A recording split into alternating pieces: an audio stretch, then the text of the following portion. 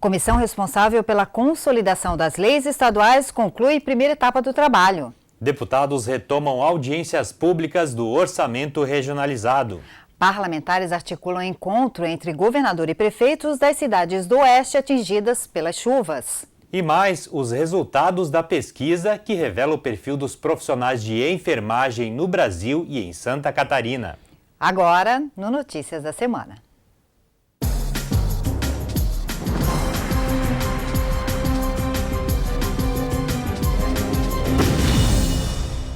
A comissão responsável pela consolidação da legislação estadual entregou esta semana a primeira etapa do trabalho. O grupo já conseguiu transformar quase metade das leis sancionadas de 1947 até o final do ano passado em 7 anteprojetos. Agora, essas proposições passam a tramitar na casa. Veja na reportagem de Marília Nassares. A comissão parlamentar constituída no início do ano para a consolidação da legislação estadual é coordenada pelo vice-presidente da Assembleia Legislativa, deputado Aldo Schneider, do PMDB. Ele e outros parlamentares que integram o colegiado contaram com o apoio de uma comissão técnica e um grupo de trabalho formados por servidores da casa. Neste ato, os integrantes das 3 equipes fizeram uma rápida apresentação ao presidente do Poder Legislativo Estadual, deputado Gelson Merizio, do PSD, mostrando o que foi realizado até agora.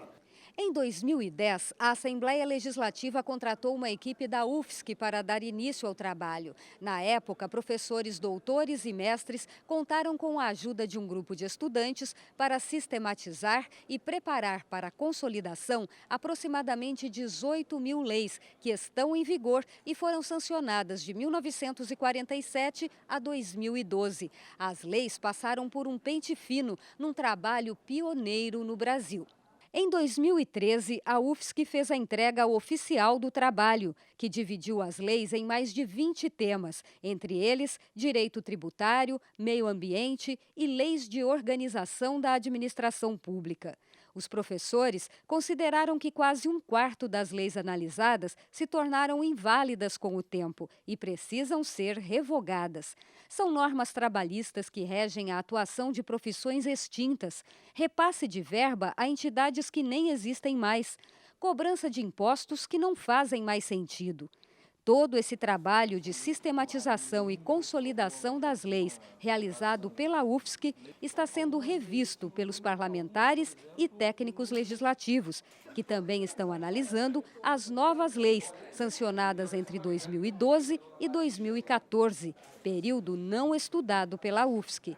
Essa nova equipe acaba de concluir a primeira etapa do trabalho. De um total de 18.393 leis estaduais, eles compilaram 8.409 leis. Nós agora, nesse momento da entrega dos 49% das leis consolidadas de Santa Catarina, nós conseguimos compilar isso em 7 itens.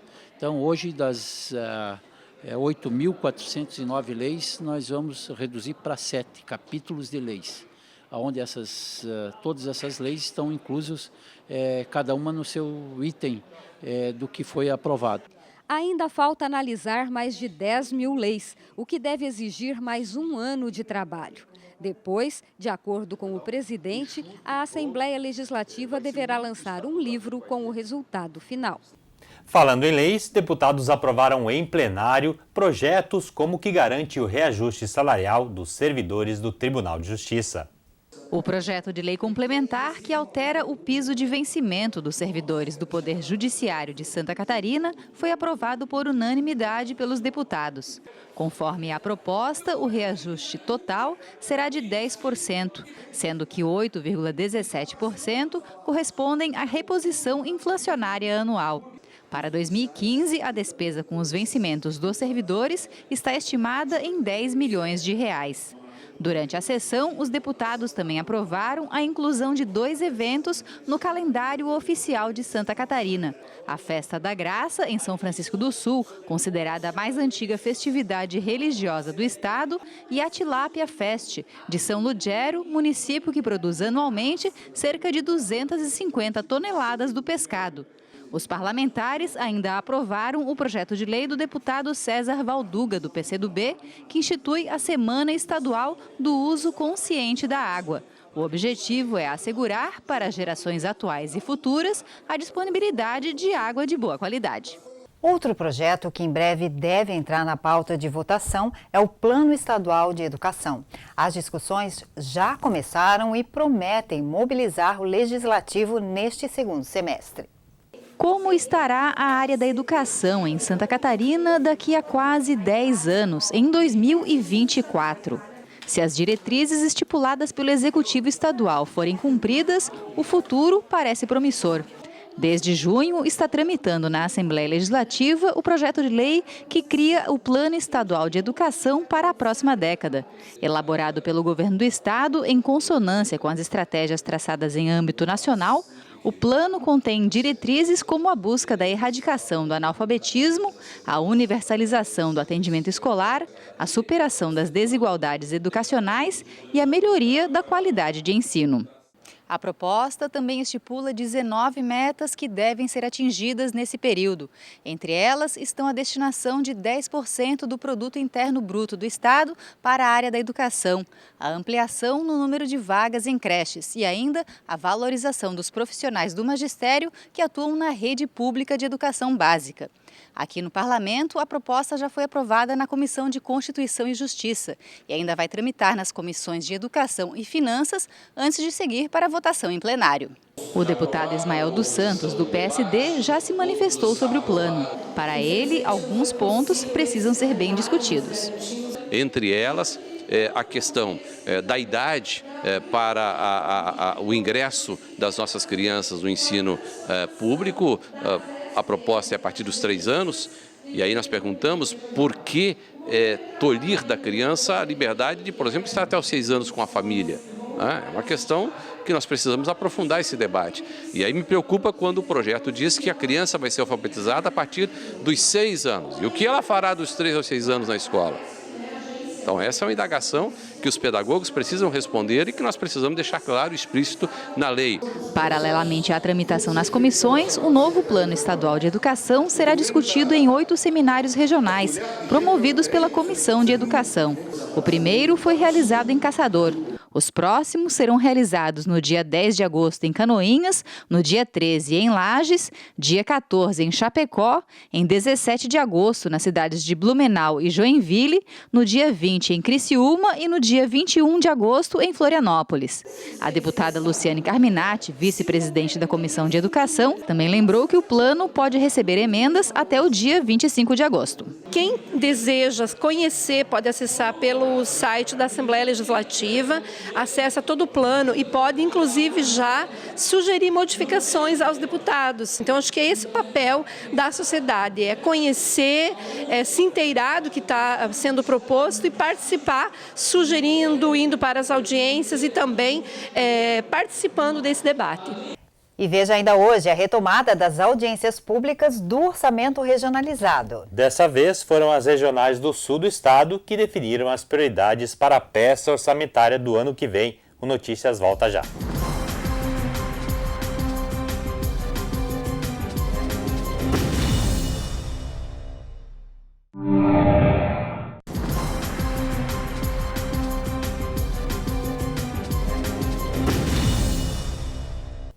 Depois das chuvas que castigaram o oeste de Santa Catarina no mês de julho, os municípios agora tentam se reerguer. De acordo com a Defesa Civil, 63 cidades foram atingidas. 3 decretaram situação de calamidade pública e outras 32 situação de emergência. Essa semana, os prefeitos da região estiveram com o governador do estado no encontro promovido por deputados estaduais. A intenção foi registrar as principais reivindicações dos municípios afetados pelas chuvas que causaram enchentes no mês passado. Prefeitos municipais de algumas cidades do oeste reuniram os problemas que vêm enfrentando para a reconstrução das cidades e os apresentaram ao governador. Os pedidos são muitos. Coronel Freitas, por exemplo, teve 60% das empresas atingidas, além de quase 600 casas. Em Saudades, só no comércio, os prejuízos foram avaliados em 15 milhões de reais. O encontro com o governador Raimundo Colombo foi realizado com o auxílio dos deputados Dirceu Dresch e Luciane Carminati, do PT, e Mauro de Nadal, do PMDB. Nós estamos nesta perspectiva de discutir com o Estado a presença marcante do Estado contribuindo lá com os municípios através da defesa civil, mas especialmente também recursos para a agricultura familiar, apoio aos municípios para reestruturar os nossos municípios, especialmente em pontes, pontilhões, recuperação de estradas, né? Mas também um apoio às indústrias, às empresas que perderam sua renda, seu negócio, né? Que perderam o seu trabalho, né? Os trabalhadores dentro dessas empresas que precisamos um apoio. O Estado também não tinha os dados precisos de quanto significou todo este prejuízo para os municípios, para as famílias dos municípios atingidos. Agora, com esses dados em mãos, nós vamos conseguir ter uma palavra, um encaminhamento do nosso governador do Estado. Então, essa conversa hoje já vai nos permitir nós trabalharmos com possibilidades reais de resolvermos os problemas dos municípios. Sem o auxílio dos governos federal e estadual, sozinhas, as cidades não têm como se reerguer. Se não tiver crédito do governo estadual com carência de 1 ano e com juros zero, essas empresas não reabrem. As empresas não reabrindo, nós temos famílias sem emprego e nós temos a queda na arrecadação. Então, isso impacta em toda a cidade. Então, eu diria que em relação ao governo do Estado, além dos equipamentos públicos, das estruturas públicas, nós temos que discutir um aporte de recursos destinado às empresas desses municípios. Os prefeitos já estiveram em Brasília pedindo apoio do governo federal. A reunião dessa quinta-feira em Florianópolis complementa essa busca por auxílio. Os secretários de Estado da Agricultura e da Defesa Civil estavam ao lado do governador do estado.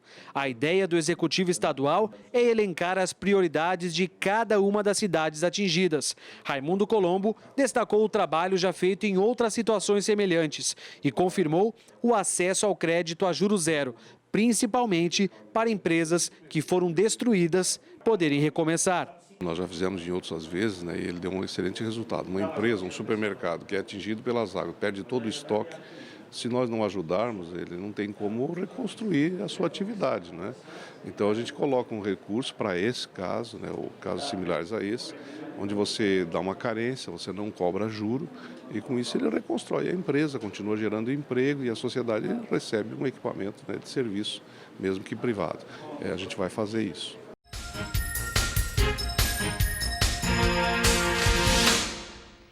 Deputados realizaram esta semana a terceira e última rodada de audiências públicas do Orçamento Regionalizado.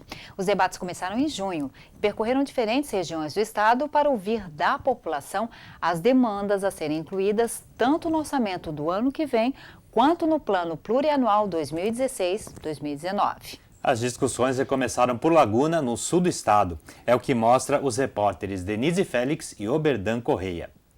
Laguna foi a primeira cidade do sul a receber a audiência pública. Deputados e autoridades da região estiveram presentes e foi promovido um debate sobre as várias demandas indicadas pela comunidade.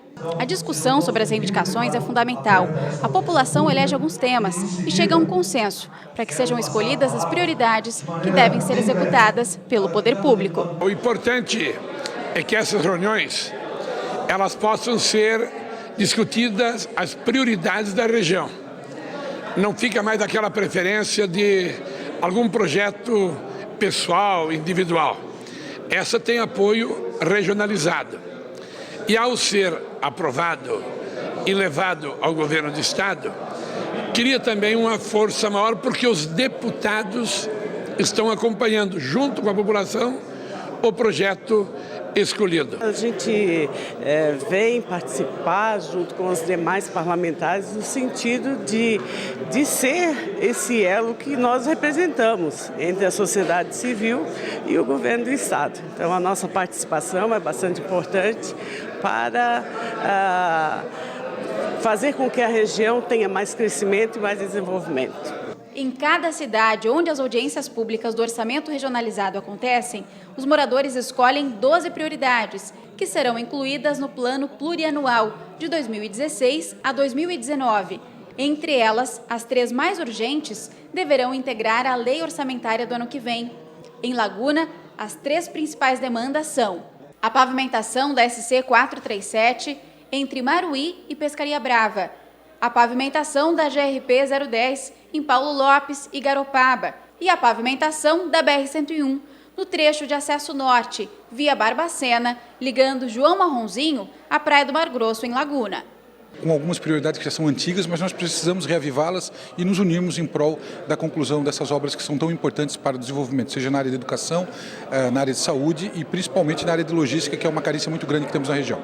Para os deputados, ir até as cidades, ouvir a população, é mais uma amostra das ações do parlamento para o crescimento do Estado e para o bem do cidadão catarinense. As demandas que estão sendo levantadas serão assim implementadas a partir de 2016 e é isso que a gente está trabalhando nesse momento e no segundo momento cobrado do Poder Executivo que realmente aconteça, uma vez que se cria uma expectativa e a comunidade fica aguardando a execução dessas obras. Agora vem toda uma ação política que envolve toda a liderança regional para que estas necessidades, esses anseios aqui manifestados possam serem resolvidos, para que esses projetos possam ser materializados e a comunidade possa ser atendida.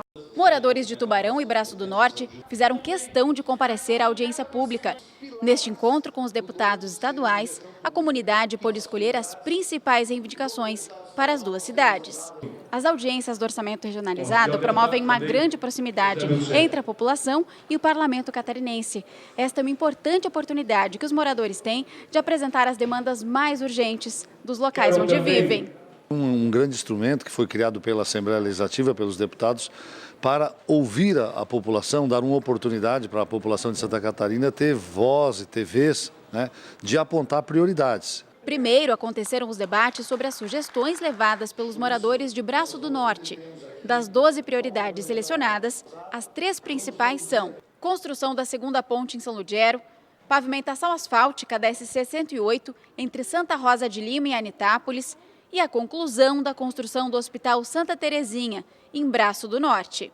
Houve um tempo em que o orçamento era feito nos gabinetes fechados, sem saber a realidade. Quando a Assembleia vem, ouve, pergunta e deixa decidir, nós somos obrigados a acatar e defender isso lá no orçamento.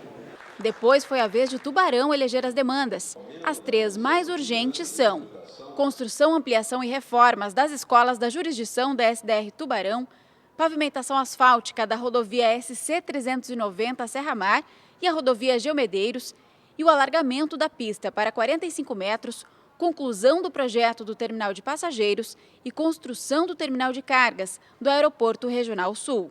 Nós temos 3 prioridades para o próximo ano e as demais na sequência do PPA. E a estatística está mostrando que em algumas regiões do estado, mais de 65% das obras já estão sendo executadas. Então isso demonstra o respeito e a consideração que o governo tem para com o parlamento catarinense. Nós estamos cumprindo o nosso papel de mediador. Tá? Mas para cumprir esse papel de mediador entre a comunidade e o próprio governo, nós também temos que marchar unidos, sempre. O deputado Marcos Vieira, do PSDB, presidente da Comissão de Finanças e Tributação, destacou a possibilidade de o orçamento regionalizado passar a ser impositivo a partir do ano que vem. É um compromisso dos deputados que fazem parte da Comissão de Finanças de, nesse segundo semestre, elaborarmos um projeto de lei da regulamentação, da fixação de critérios de como será feito o orçamento impositivo. E se aprovado na comissão, aprovado no plenário, se o governador sancionar, a partir de 2016, as audiências públicas que serão realizadas, já serão realizadas para a escolha das ações a serem inseridas no orçamento, aí sim, a serem executadas na ordem impositiva, sob pena de responsabilidade. Ao final do encontro, deputados se mostraram satisfeitos em prestar um trabalho que vai trazer mais qualidade à vida da população. Pela grande participação do público e grande participação dos parlamentares, já é um sucesso que faz com que o governo tenha uma obrigação, que será cobrada por nós deputados, de cumprirem exatamente aquilo que foi definido pela sociedade. É preciso, sim, nós sair do parlamento e ir em direção ao povo para ouvir os pleitos, o sentimento, né? Porque é isso que o povo quer, resultado. E esse trabalho significa em resultado. Em Criciúma, moradores lotaram o auditório para levar diversas reivindicações. O debate girou em torno de demandas nas áreas da saúde, segurança e infraestrutura. Os assuntos foram discutidos com os parlamentares até que fossem escolhidas as ações prioritárias para a cidade.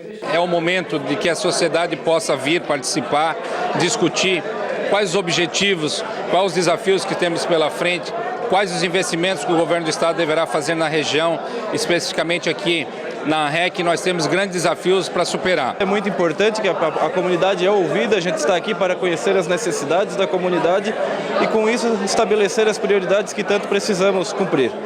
Após o debate, foram definidas as 3 prioridades eleitas pela comunidade: construção do Centro de Oncologia e Pediatria no Hospital Infantil Santa Catarina, construção do Anel de Contorno Viário de Cocal do Sul e construção do Hospital Regional de Criciúma. As 3 reivindicações serão incluídas na lei orçamentária do ano que vem.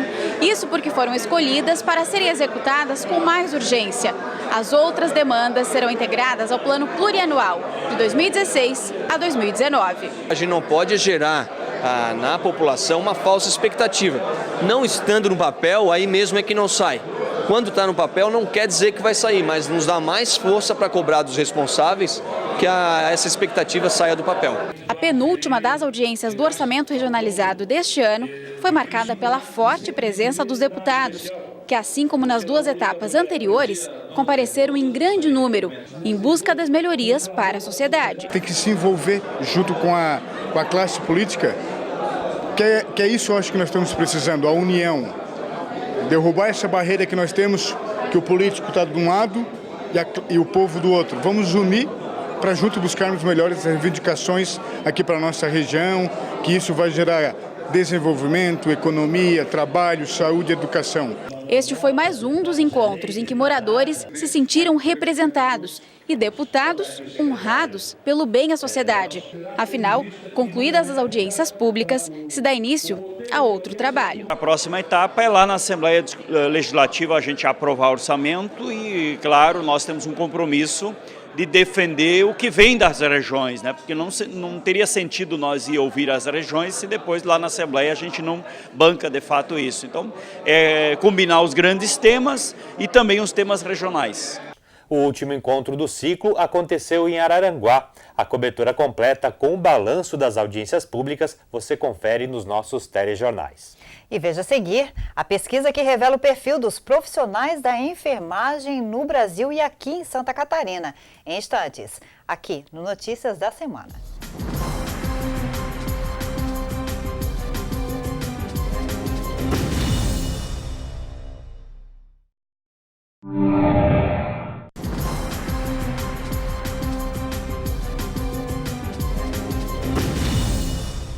Um universo onde as mulheres ainda são a maioria e onde os salários, infelizmente, Gutierrez, não correspondem à formação profissional. Esses são alguns dos dados de uma pesquisa que revela o perfil dos profissionais de enfermagem no Brasil. Os resultados foram apresentados durante uma conferência realizada aqui na Assembleia. Veja na reportagem de Maria Helena Salles. Profissionais e estudantes de enfermagem, gestores e autoridades da área da saúde participaram do evento realizado no auditório da Assembleia Legislativa. A solenidade fez parte do Seminário Administrativo do COREM, o Conselho Regional de Enfermagem. Os Correios fizeram o lançamento do selo comemorativo aos 40 anos da entidade em Santa Catarina. E, em seguida, a Fundação Oswaldo Cruz fez a apresentação oficial dos resultados da pesquisa sobre o perfil da enfermagem no Brasil, encomendada pelo Conselho Federal de Enfermagem, o COFEN, com apoio dos conselhos regionais e entidades representativas da categoria. A pesquisa é considerada o maior levantamento sobre uma categoria profissional já realizado na América Latina. De acordo com dados do IBGE, a área da saúde no país conta com 3.500 trabalhadores. Metade atua na enfermagem, o que representa 1.800.000 profissionais. 80% deles são técnicos e auxiliares, 20% são enfermeiros. O perfil da enfermagem foi realizado em todos os 27 estados da federação, incluindo desde os profissionais em início de carreira até os aposentados. Surpresas boas, por exemplo, o aumento do número de homens na profissão, o processo de masculinização muito forte que está ocorrendo e vai ser uma tendência nacional. A questão da escolaridade dos profissionais, muita gente auxiliar e técnico já com nível de escolaridade de nível superior, então isso é extremamente importante. O Santa Catarina também acompanha esses dois movimentos nacionais. Por outro lado, dados negativos, com a questão dos salários, esses profissionais tão importantes para o sistema de saúde, trabalham tanto, têm jornadas pesadas e os salários extremamente baixos. De acordo com a pesquisa, aqui em Santa Catarina, 48,3% dos profissionais de enfermagem atuam no setor público, 40,1% no setor privado, 27,3% no filantrópico e 7,9% realizam atividades de ensino. A maioria, 67,9%, tem apenas um vínculo trabalhista. Aqui no estado, 87,7% dos profissionais do setor são mulheres, mas a presença masculina vem aumentando. O índice em Santa Catarina é um pouco menor, mas a média nacional já chega a 14,4%. A estatística cresce desde os anos de 1990. Sobre a renda mensal, 0,9% dos profissionais da enfermagem no estado recebem menos de um salário mínimo por mês. 7,8% declaram ter renda total mensal de até R$1.000, o menor percentual encontrado para a região sul e menos da metade da média nacional, que é de 17,6%. Outro dado preocupante, 67,5% da equipe de enfermagem catarinense declaram desgaste profissional. A partir dessa pesquisa, a gente defende que a gente propõe as novas políticas públicas que valorizem a profissão. Nós somos quase 50% dos profissionais da categoria de saúde. O trabalho da enfermagem impacta na qualidade do trabalho à saúde. O profissional trabalha desmotivado, evidentemente que acaba prejudicando a qualidade dos serviços que são prestados à população. E é preciso que as autoridades públicas façam políticas públicas para reverter esse estado de coisas que foram detectadas pela pesquisa do perfil da enfermagem. A realização e divulgação da pesquisa contou com o apoio da Comissão de Saúde da Assembleia Legislativa de Santa Catarina. A presidente da comissão, deputada Ana Paula Lima, do PT, participou da solenidade. Uma forma também de nós, enquanto parlamentares, enquanto legisladores, observarmos atentamente essa pesquisa e tirar desse diagnóstico algumas ações, principalmente para a preservação dos bons profissionais, porque há um índice muito grande também desses profissionais que se adoentam e eles estão cuidando de vidas, não pode acontecer, um desgaste desnecessário, mas que eles também sejam valorizados e também que esses profissionais estejam bem capacitados, estejam muito bem para atender uma grande parcela da sociedade que necessita desses cuidados. A memória do médico, ex-deputado estadual e ex-prefeito de São José, Homero de Miranda Gomes, foi lembrada durante uma sessão especial aqui na Assembleia. A homenagem reuniu familiares e amigos. A sessão solene que concedeu o título de cidadão catarinense ao médico Homero de Miranda Gomes aconteceu no plenário da Assembleia Legislativa. Homero foi deputado estadual por 2 legislaturas e também esteve à frente da Prefeitura de São José. Natural de Minas Gerais, chegou ao estado nos anos 40 e jamais retornou à terra natal. Homero ficou conhecido por exercer a medicina sem remuneração em favor dos mais pobres. A cerimônia foi proposta pelos deputados Padre Pedro Baldiceira, do PT, e José Neyascari, do PSD. São eles os autores do projeto que originou a Lei 16.627 de 2015, que concede o título ao ex-deputado.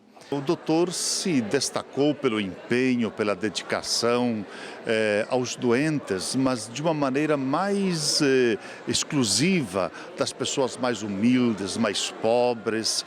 E aqui ele tem se destacado no trato da questão da hanseníase. O doutor Homero, ele foi um profissional médico né, reconhecido, dedicado, comprometido, com grande envolvimento também social, e foi um homem público destacado, cumprindo o mandato de prefeito municipal em São José e também mandato de deputado estadual com atuação também destacada no parlamento catarinense. Familiares e amigos de Homero de Miranda Gomes participaram da sessão. Um dos 8 filhos do ex-deputado destacou o sentimento de gratidão da família à homenagem recebida do parlamento e lembrou os exemplos deixados pelo pai. O meu pai foi um médico extremamente humanitário, extremamente sério, honesto, morreu pobre, foi político, foi deputado 2 vezes, foi prefeito de São José e morreu deixando apenas a casa de moradia dele. Eu acho que isso é um bom exemplo. E a edição de hoje termina com uma amostra de que rir é o melhor remédio. O grupo Agentes do Riso acredita nisso e leva o lema adiante. Eles fazem a alegria de pacientes em hospitais com palhaçada e brincadeiras. São artistas aqui de Florianópolis que querem continuar com o projeto. Mas, para isso, precisam de ajuda. O grupo está fazendo uma campanha na internet para arrecadar recursos e dar continuidade ao trabalho. Eu tô com saudade. Eu tô morrendo de saudade de ir pro hospital. A saudade é grande. O grupo Agentes do Riso teve que reduzir o número de visitas a hospitais da capital. Mas isso não aconteceu por vontade própria. O grupo sempre se manteve com recursos de patrocinadores através de projetos. Só que este ano eles não conseguiram nenhum patrocínio. Por isso agora estão na tentativa de arrecadar R$15 mil para 12 visitas ainda este ano e levar a quem precisa muita alegria. Para que possam continuar com as apresentações, eles precisam comprar materiais e investir na produção dos espetáculos. O dinheiro que o grupo precisa está sendo arrecadado pela internet. O Agentes do Riso criou um perfil em um site de financiamento coletivo, onde é possível receber doações de qualquer pessoa. Caso não seja alcançada a cifra de 15 mil, quem doou terá o dinheiro de volta. O grupo tem até o dia 11 deste mês para conseguir o valor total. Nós somos os Agentes do Riso e a gente trabalha dentro do hospital com crianças, com os pais, familiares, funcionários. E faz 5 anos que nós vamos no hospital, né, Malagueta? Só que esse ano a gente ficou sem patrocínio. Aí a gente precisa da ajuda de vocês, porque eu tô com muita saudade do hospital. Nós estamos morrendo de saudade. Sem a verba este ano, o grupo só tem feito uma visita por mês aos hospitais, solidariamente. Antes, eram 4 em um mês. Para que tudo volte a ser como era e o projeto continue, eles precisam de ajuda.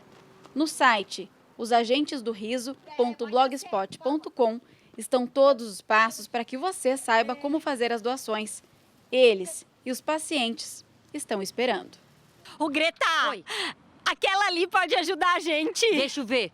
Claro que pode, Malagueta. Então corre, vai lá ajudar a gente, entra lá. E você também, hein? Você também pode. O outro ali, ó. Tá vendo? Ai, ele também vai ajudar, Greta. Nós vamos voltar pro hospital. Vamos. Mas só uma coisa, tem que ser correndo. Tá. Não pode deixar para amanhã ou depois, não, entendeu? Tem que ser agora. Pega o computador, agora. Vai. Tô esperando também. Vem? Ajuda nós, vai. Por hoje é só, o Notícias vai ficando por aqui. A gente se vê então na semana que vem, no mesmo horário. Até lá.